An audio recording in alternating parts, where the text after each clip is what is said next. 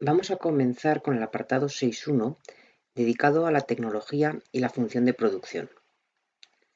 En este vídeo nos vamos a centrar en qué es la tecnología, el conjunto de posibilidades de producción y en estudiar la función de producción y las productividades marginales que se calculan a partir de dicha función.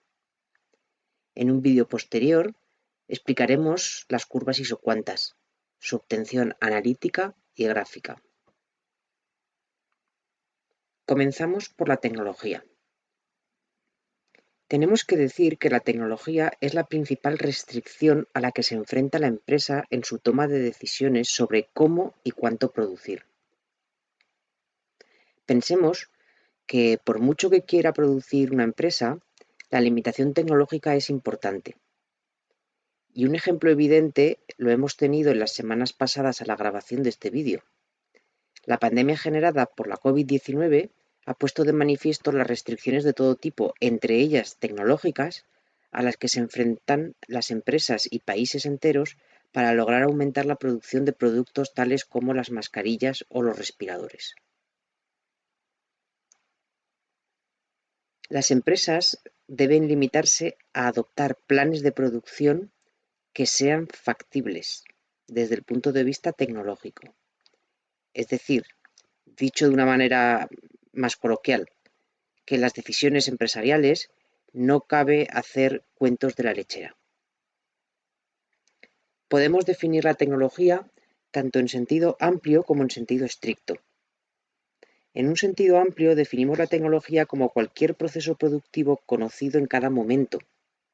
Esta tecnología puede venir definida como fórmula química, receta para producir un determinado producto alimenticio, el know-how para prestar un determinado servicio, etc. Ahora bien, la tecnología en sentido amplio no asegura que esos procesos productivos sean los técnicamente eficientes.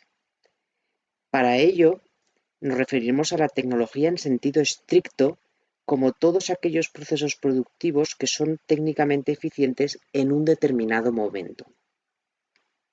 Es decir, que no existe ningún otro proceso productivo que, con la misma cantidad de input, dé lugar a mayor cantidad de output, es decir, definición de la eficiencia orientada al output. O que no existe ningún otro proceso productivo que permita obtener una determinada cantidad de output empleando menos cantidad de un input y no más de otro input, es decir, eficiencia orientada al input. A continuación pasamos a estudiar qué es el conjunto de posibilidades de producción. Concepto que vamos a ver guarda ciertas similitudes con el conjunto de posibilidades de consumo que definíamos en la teoría del consumo. El conjunto de posibilidades de producción es el conjunto de todas las combinaciones de cantidades de producto y de factores que son técnicamente factibles, es decir, la tecnología en un sentido más amplio. Cualquier proceso productivo factible que combine cantidades de los factores productivos que permitan obtener una cantidad de output, aunque este proceso productivo no sea técnicamente eficiente, serán parte del conjunto de posibilidades de producción. Si en nuestro caso contamos con dos factores productivos, trabajo y capital, para producir un determinado output, vamos a utilizar un espacio tridimensional para representar esas combinaciones de cantidades que definen el conjunto de posibilidades de producción. Fijaros en el gráfico que en los ejes del plano horizontal representamos las cantidades de trabajo y capital, L y K respectivamente, y que en el eje vertical se representa las cantidades de output obtenidas, representadas por la letra Q, aunque en el gráfico aparece esa letra parcialmente solapada con el número 10 en el eje vertical. Vamos a suponer un proceso productivo que utiliza 16 unidades de trabajo y también 16 unidades de capital. Ese proceso productivo nos permite obtener 10 unidades de producto. Fijaros en el gráfico que el punto rojo representa la combinación de las dos cantidades de input y la cantidad de output que permite obtener este proceso productivo concreto. Pero supongamos que hay otro proceso productivo que, utilizando las mismas cantidades de trabajo y capital, es decir, 16 de cada uno, permite obtener 16 unidades de output. Y suponemos que ya no existe ningún otro proceso productivo que, con esa combinación de cantidades de factores, permita obtener una cantidad mayor de output. Por lo tanto, el proceso productivo representado por el círculo verde sería técnicamente eficiente, mientras que el punto que hemos representado en color rojo sería factible, pero no eficiente técnicamente. Ambos procesos productivos forman parte del conjunto de posibilidades de producción.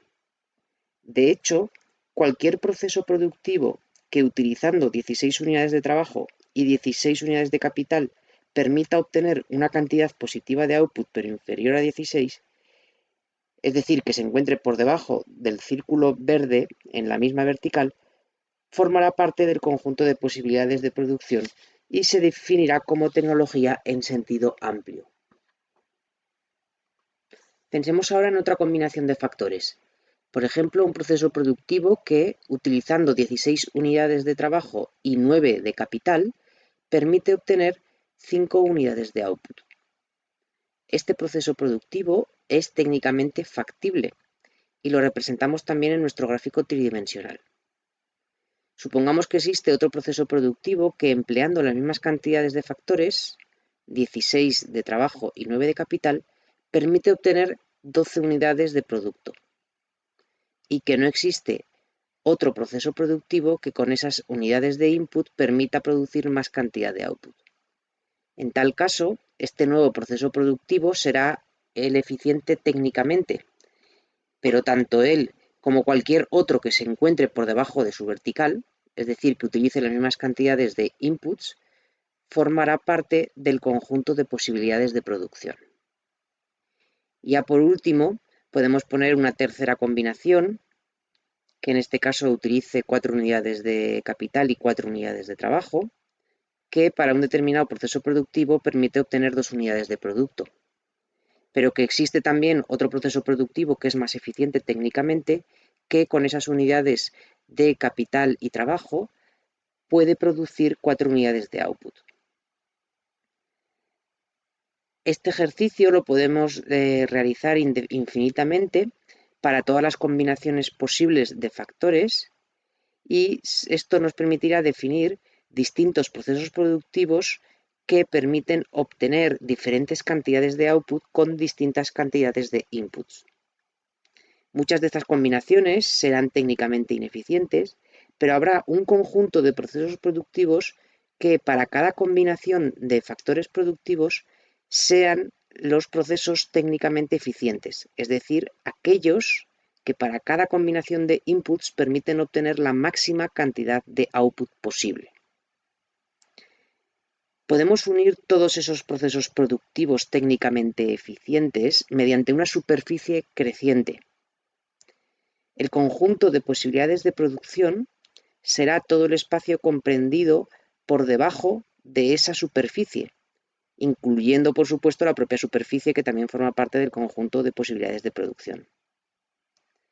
Todos los puntos por debajo de la superficie serán técnicamente factibles y formarán parte del conjunto de posibilidades de producción, aunque si no pertenecen a la superficie, a la frontera del conjunto de posibilidades de producción, no serán eficientes. En este gráfico estamos suponiendo que nos encontramos a largo plazo, es decir, que tanto las cantidades de factor trabajo como de factor capital pueden variar.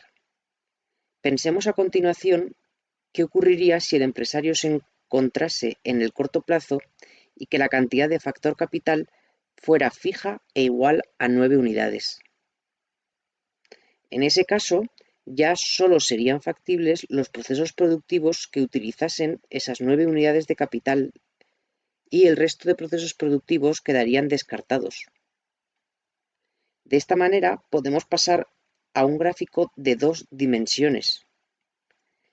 ¿Cómo lo hacemos? Si pegamos un corte vertical a la montaña que está representada en el gráfico de 3 dimensiones y este corte lo hacemos sobre la cantidad de capital de 9 unidades, observamos que el corte que le hemos pegado a esa montaña nos va a quedar un perfil de la montaña que es el que representamos en el gráfico inferior, en el que solo varía el factor trabajo y que representa cómo cambia la producción máxima a medida que cambia la cantidad de factor trabajo, manteniendo constante, porque es una restricción, la cantidad de capital en 9.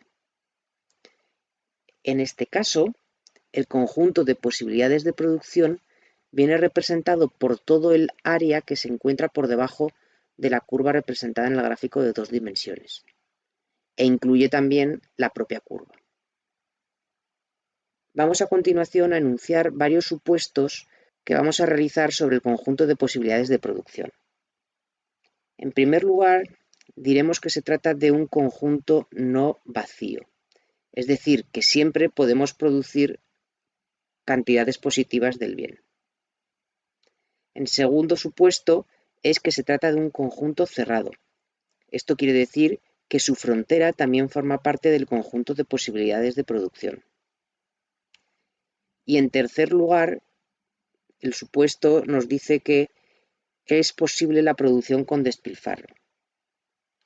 ¿Dónde se producirá esto dentro de nuestro conjunto de posibilidades de producción?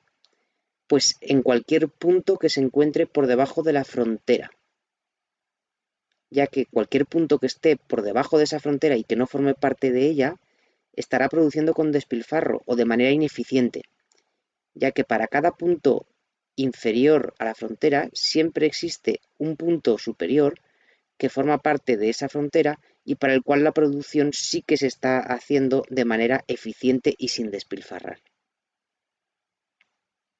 Y por último, suponemos que no se puede producir cantidades positivas de output con cantidades cero de todos los factores. Es decir, que no es posible la producción a coste cero, o dicho de una manera más coloquial, no es posible el milagro de los panes y los peces en este modelo económico. ¿Qué consecuencias van a tener estos supuestos? Pues, por una parte, ya hemos destacado antes que la frontera del conjunto de posibilidades de producción recoge los procesos productivos técnicamente eficientes. Dicha frontera no va a poder ser decreciente en ningún caso, puesto que se incumplirían los supuestos tercero y cuarto que acabamos de enunciar. Y esta frontera tampoco va a poder ser horizontal, puesto que en ese caso se podría obtener una cantidad positiva de output con una cantidad cero de todos los factores productivos. La frontera tampoco puede ser vertical, puesto que eso implicaría que es posible producir una cantidad infinita de output. Y por último, la frontera debe partir del origen, ya que, debido al cuarto supuesto, cuando las cantidades de todos los factores son cero, la cantidad producida no puede ser positiva, es decir, tiene que ser también cero. Pasemos a continuación a estudiar la función de producción. Comenzaremos definiendo el concepto de función de producción, y es que se trata de una función matemática que asigna el nivel de producción máximo que puede obtener la empresa con cada combinación de factores. Por lo tanto, en notación matemática, la cantidad Q de output será una función f que dependerá de las cantidades de input L y K. Un ejemplo muy típico de función de producción son las llamadas Cobb-Douglas, que se caracterizan porque la expresión matemática de la función de producción es el producto de una constante A multiplicada por la cantidad de factor trabajo elevada a un parámetro alfa y todo ello multiplicado por la cantidad de capital elevada a un parámetro beta. Estas funciones de producción son muy utilizadas en teoría económica porque presentan una serie de propiedades matemáticas que permiten simplificar cálculos y que permiten, a su vez, llegar a interesantes conclusiones económicas. De hecho, a medida que avancemos en este tema, iremos viendo la importancia económica que tienen los parámetros alfa y beta en estas funciones. En algunos ejercicios numéricos de este tema y del siguiente, vamos a ir utilizando la función de producción cuya expresión aparece reflejada en la transparencia y que es 6 multiplicado por la cantidad de trabajo elevado a 1/3 por la cantidad de capital elevada a 1/2. El hecho de comentar que estas funciones de producción tienen un uso muy generalizado no quiere decir que vayan a ser el único tipo de funciones de producción que vayamos a utilizar en la asignatura. Pasemos a enumerar qué características tendrá una función de producción. Gráficamente, la función de producción viene representada por la frontera del conjunto de posibilidades de producción que ya hemos indicado previamente que está formada por los procesos productivos técnicamente eficientes. La función de producción recoge únicamente procesos productivos técnicamente eficientes. En la propia definición de función de producción ya hemos dicho de manera explícita que nos informa de cuál es la cantidad máxima de output que se puede obtener para cada combinación de inputs, es decir, la definición de eficiencia técnica orientada al output. Por lo tanto, la función de producción representa la tecnología en sentido estricto. Seguramente podéis ver ciertas similitudes con la función de utilidad ordinal que utilizábamos en teoría del consumo, pero existen también diferencias notables. Y aquí vamos a destacar una, y es que nuestra función de producción tiene carácter cardinal, no como la función de utilidad ordinal, ya que ahora el valor que se obtiene de nuestra función de producción es medido en unidades físicas del bien, es decir, la magnitud que obtenemos de la función de producción tiene un valor intrínseco y no una mera ordenación como en el caso de la función de utilidad ordinal. Pero existen otras diferencias que en un vídeo posterior ya comentaremos.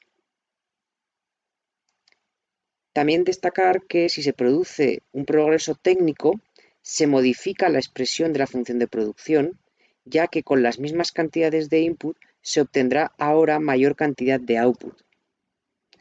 Por lo tanto, gráficamente, la función de producción pivotará hacia arriba, pero siempre partiendo del origen, es decir, no se producirá un traslado paralelo. Por el contrario, si se produjera una merma tecnológica, por ejemplo, derivada de la destrucción generada por una guerra, entonces la función de producción pivotaría hacia abajo. Comentemos a continuación 4 propiedades matemáticas que debe cumplir nuestra función de producción.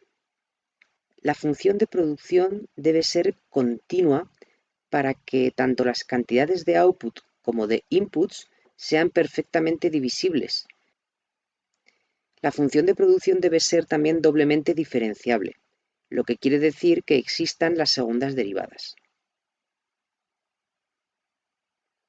Y la función de producción debe ser creciente, es decir, que las primeras derivadas de la función de producción sean positivas. Esto debe ser así porque el hecho de añadir unidades adicionales de alguno de los inputs tiene que suponer un incremento de la cantidad obtenida del output. No parece muy razonable pensar que en un contexto de largo plazo, al añadir unidades adicionales de inputs, el output caiga. Sin embargo, sí que veremos que esto sí que se puede producir en el caso del corto plazo, donde la derivada puede llegar a ser negativa.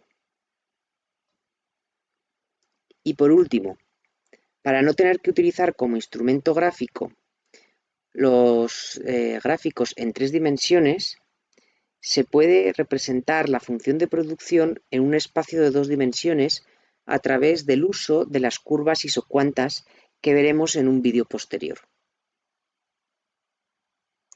Definimos ya por último la productividad marginal de cada factor, que veremos que es un concepto análogo, aunque con diferencias, al de la utilidad marginal que utilizábamos en la teoría del consumo. La productividad marginal de un factor es la variación en la cantidad producida que viene originada por la variación en el uso de uno de los factores manteniendo constante la cantidad del otro factor. En términos incrementales, si nos encontramos en el largo plazo, podemos definir tanto la productividad marginal del trabajo como la productividad marginal del capital. La productividad marginal del trabajo, que representamos indistintamente por PMG sub L o por F sub L, vendrá definida por la variación entre la cantidad final e inicial de producto, es decir, delta Q, al producirse una variación en el factor trabajo, variación que viene representada por delta L, manteniendo constante la cantidad de capital. Del mismo modo, la productividad marginal del capital, que en este caso representamos indistintamente por PMG sub K o por F sub K, vendrá definida por la variación entre la cantidad final e inicial de producto, es decir, delta Q, al producirse una variación en la cantidad utilizada de factor capital, delta K, manteniendo constante la cantidad de trabajo. Cuando disponemos de funciones matemáticas concretas, pasamos del análisis en términos incrementales al análisis en términos infinitesimales. E igualmente, si nos encontramos en el largo plazo, podremos definir la productividad marginal del trabajo y la productividad marginal del capital. En términos infinitesimales, la productividad marginal del trabajo corresponde con la derivada parcial de la cantidad de output respecto del trabajo. Esta cantidad de output Q viene definida por la función de producción, que es una función que depende de la cantidad de trabajo y de capital, por lo que la productividad marginal será una función que dependerá como la función de producción de las cantidades de trabajo y capital. De manera análoga, la productividad marginal del capital en términos infinitesimales corresponde con la derivada parcial de la cantidad de output respecto del capital. La cantidad de output Q se puede reemplazar por la función de producción y por lo tanto concluir que la productividad marginal del capital es también una función que depende de las cantidades de trabajo y capital empleadas. Las productividades marginales son siempre positivas en el largo plazo. En la anterior transparencia ya hemos concluido que la función de producción debe ser creciente, lo que quería decir que las primeras derivadas parciales, que en definitiva son las productividades marginales, deben ser positivas para indicar que la función de producción es creciente.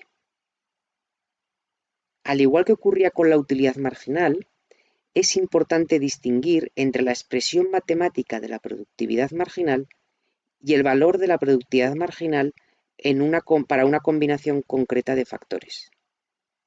La productividad marginal, cuando viene como expresión matemática, va a ser función de las mismas variables que la función de producción, como ya acabamos de decir previamente, es decir, función de trabajo y capital. También hemos dicho previamente que la función de producción es doblemente diferenciable, por lo que existen las segundas derivadas parciales.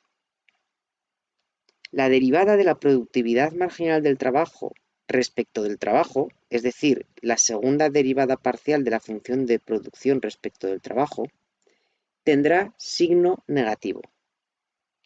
¿Qué significa esto económicamente? Pues aquí el significado económico de las segundas derivadas va a ser muy importante, cosa que no hemos destacado en la teoría del consumo. En concreto, tenemos que tener en cuenta que la derivada de la productividad marginal nos está informando de cómo cambia, de cómo varía esa productividad marginal del trabajo a medida que variamos la cantidad de trabajo que empleamos.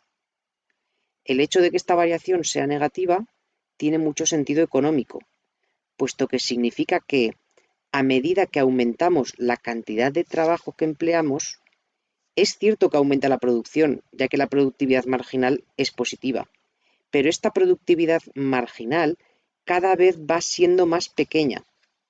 Es decir, los aumentos en la producción derivados de incrementos en el empleo del factor trabajo cada vez son más pequeños. Por lo tanto, es muy importante que sepáis interpretar lo que significa una segunda derivada de la función de producción. Lo mismo ocurre con la derivada de la productividad marginal del factor capital.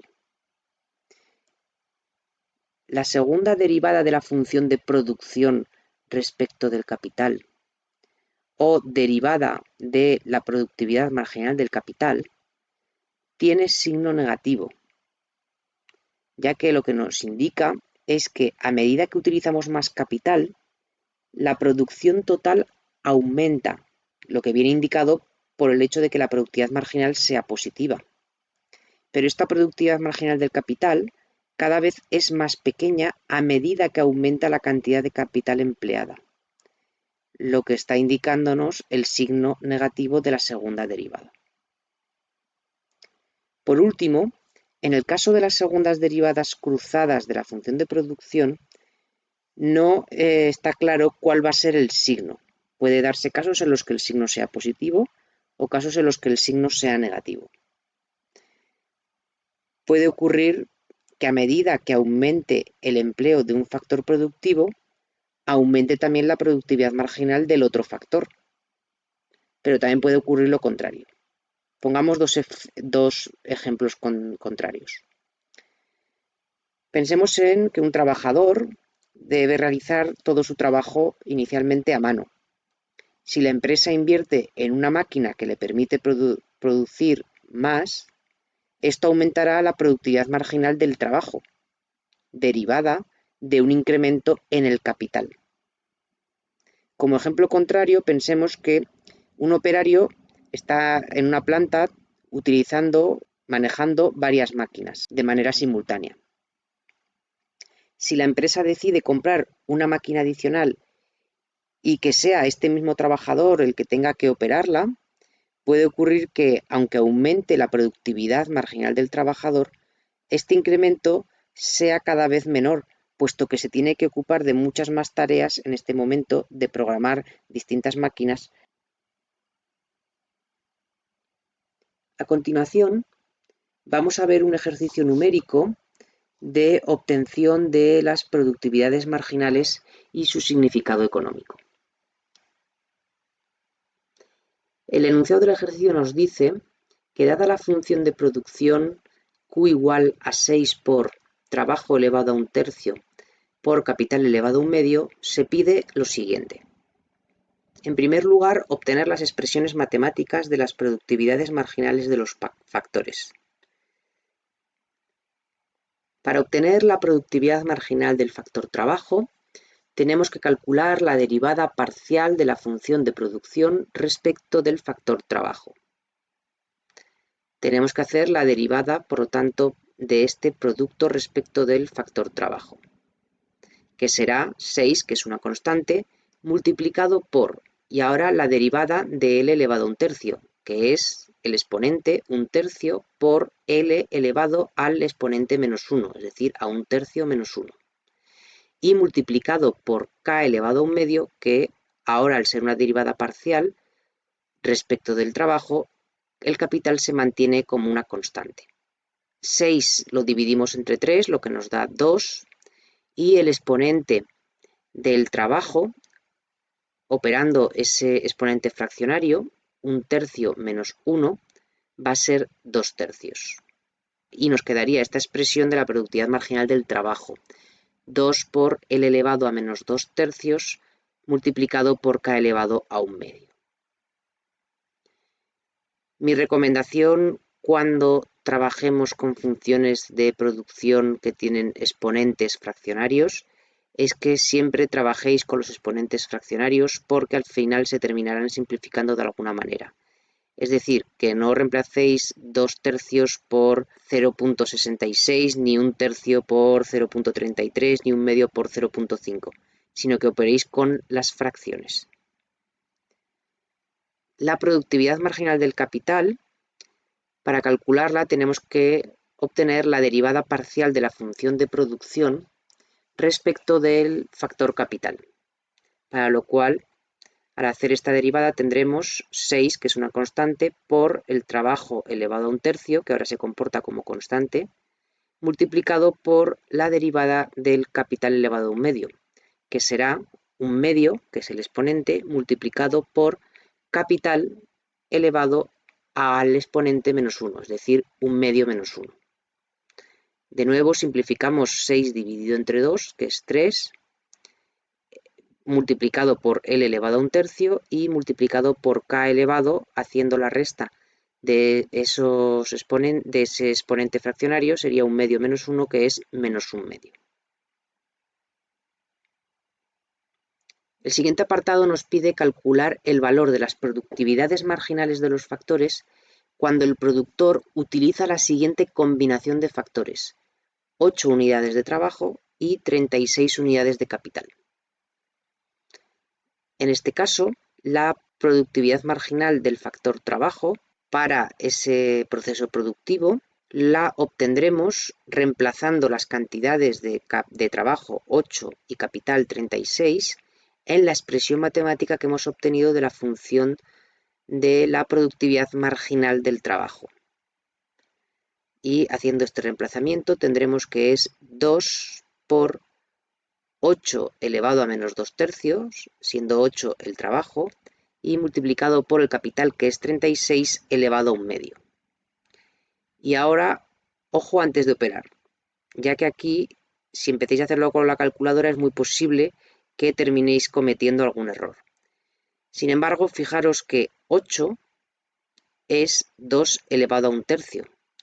Por lo tanto, esta expresión podemos ponerla de la siguiente manera: 2 por 2 elevado al cubo, todo ello elevado a menos 2 tercios, y multiplicado por 6, ya que 36 elevado a un medio es la raíz cuadrada de 36, que es 6. A continuación, centrándonos en el término intermedio, tenemos 2 elevado al cubo, todo ello elevado a menos 2 tercios. Recordad que cuando una potencia está elevada a otra potencia, se multiplican los exponentes. En este caso tendríamos que multiplicar el exponente 3 por el exponente menos 2 tercios. Al multiplicar esos exponentes, el 3, fijaros que se simplifica porque está en un sitio en el numerador y en el otro exponente en el denominador. Por lo tanto, obtendremos la expresión 2 multiplicado por 2 elevado a menos 2 medios, y recordad que cuando una potencia tiene exponente negativo, lo que podemos hacer para ponerla en signo positivo ese exponente es trasladarlo al denominador. Entonces tendremos que es 1 partido por 2 elevado al cuadrado, es decir, un cuarto, y multiplicado por 6. De tal manera que si operamos, tendremos 2 por 6, 12, dividido por 4, 3. En este caso, el valor de la productividad marginal del trabajo en el proceso productivo que utiliza 8 unidades de trabajo y 36 de capital, toma el valor de 3. Y para la productividad marginal del capital, realizamos el mismo ejercicio para obtener el valor de la productividad marginal del capital en dicho proceso productivo L igual a 8 y K igual a 36. Tomamos la expresión matemática de la productividad marginal del capital que hemos obtenido en el apartado anterior y reemplazamos las cantidades de trabajo y capital. De tal manera que tendremos 3 por 8 elevado a un tercio por 36 elevado a menos un medio. En este caso ya hemos explicado que 8 es 2 elevado al cubo y elevado a un tercio. Y 36 elevado a menos un medio, fijaros que al estar elevado a un exponente negativo, podemos pasar todo ello al denominador y por lo tanto pasaría con signo positivo el exponente y tendríamos en el denominador 36 elevado a un medio, que no es otra cosa que la raíz cuadrada de 36. Y la raíz cuadrada de 36 es 6, por lo que nos queda 1 dividido por 6, un sexto. Si seguimos operando, tendremos 3 por 2 elevado al cubo y todo ello elevado a un tercio. De nuevo se multiplican los exponentes y el 3 se simplifica, por lo que nos queda simplemente 2 elevado a 1. Y todo ello multiplicado por un sexto. Si operamos, 3 por 2, 6, dividido por 6, 1. De tal forma que el valor obtenido para la productividad marginal del capital en la combinación de factores L igual a 8 y K igual a 36 es de 1 unidad. Fijaros que si hubierais empezado operando con la calculadora y hubierais empezado a calcular potencias con exponentes fraccionarios y con signos negativos, etc., seguramente al final no hayáis obtenido el resultado que es realmente el correcto, que son cantidades enteras y muy sencillas. En el siguiente apartado nos pide interpretar económicamente estos valores que acabamos de obtener de las productividades marginales de los factores. En el caso de la productividad marginal del factor trabajo, que hemos obtenido que era de 3 unidades para este proceso productivo de L igual a 8 y capital igual a 36, pues este valor de 3 significa que si el empresario actualmente está empleando 8 unidades de factor trabajo y 36 de capital, al añadir una unidad adicional de factor trabajo a su proceso productivo, conseguiría aumentar la producción en 3 unidades físicas del bien. Por otra parte, el valor de la productividad marginal del capital, que es 1, se interpreta de la siguiente manera. Significa, ese 1, que si el empresario actualmente está empleando 8 unidades de trabajo y 36 de capital, si añade una unidad adicional de factor capital a su proceso productivo, entonces consigue aumentar su producción en una unidad física del bien.